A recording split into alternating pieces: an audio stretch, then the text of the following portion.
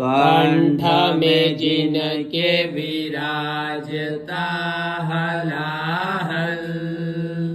गंगा जलम शीश पे